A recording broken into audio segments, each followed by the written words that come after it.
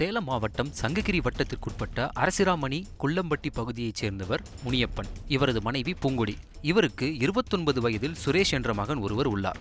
பூங்கொடியின் சகோதரர் சிவக்குமார் அரசிராமணியை அடுத்த ஆத்துக்காடு பகுதியில் வசித்து வருகிறார். இந்நிலையில் அண்ணன் தங்கை இருவருக்கும் குடும்பத் தகராறு இருந்து வந்துள்ள நிலையில் இரு குடும்பங்களும் பேசிக் கொள்ளாமல் இருந்து வந்துள்ளன. இதனிடையே சிவக்குமாரின் மகள் எடப்பாடி அரசு பள்ளியில் 12ஆம் வகுப்பு படித்து வந்துள்ளார். நேற்று அரசிராமணி குள்ளம்பட்டி பகுதியில் உள்ள பால் மையத்தில் சிவக்குமாரின் மகள் பால் ஊற்றிவிட்டு மிதிவண்டியில் வீடு திரும்பியுள்ளார். அப்போது அங்கு நின்று கொண்டிருந்த சுரேஷ் மாணவியை திருமணம் செய்து கொள்ள வற்புறுத்தி காரில் கடத்தி செல்ல முயன்றுள்ளார். அவரின் பிடியிலிருந்து மாணவி தப்பிக்க முயன்ற போது காயமடைந்த மாணவி சிகிச்சைக்காக எடப்பாடி அரசு மருத்துவமனையில் சேர்க்கப்பட்டுள்ளார். இதுகுறித்து மாணவி தேவூர் காவல் நிலையத்தில் அளித்த புகாரின் பேரில் மாணவியை கடத்த முயன்ற அத்தை பூங்கொடி மற்றும் அத்தை மகன் சுரேஷ் என்கிற இருவரையும் போலீசார் கைது செய்து நீதிமன்றத்தில் ஆஜர்படுத்தி சிறையில் அடைத்தனர். சங்ககிரி அருகே திருமணம் செய்து கொள்ள 12ஆம் வகுப்பு படிக்கும் சொந்த அண்ணன் மகளை கடத்த முயன்ற அத்தை மற்றும் அத்தை மகனை போலீசார் கைது செய்து சிறையில் அடைத்த சம்பவம் அப்பகுதியில் பெரும் பரபரப்பை ஏற்படுத்தியது.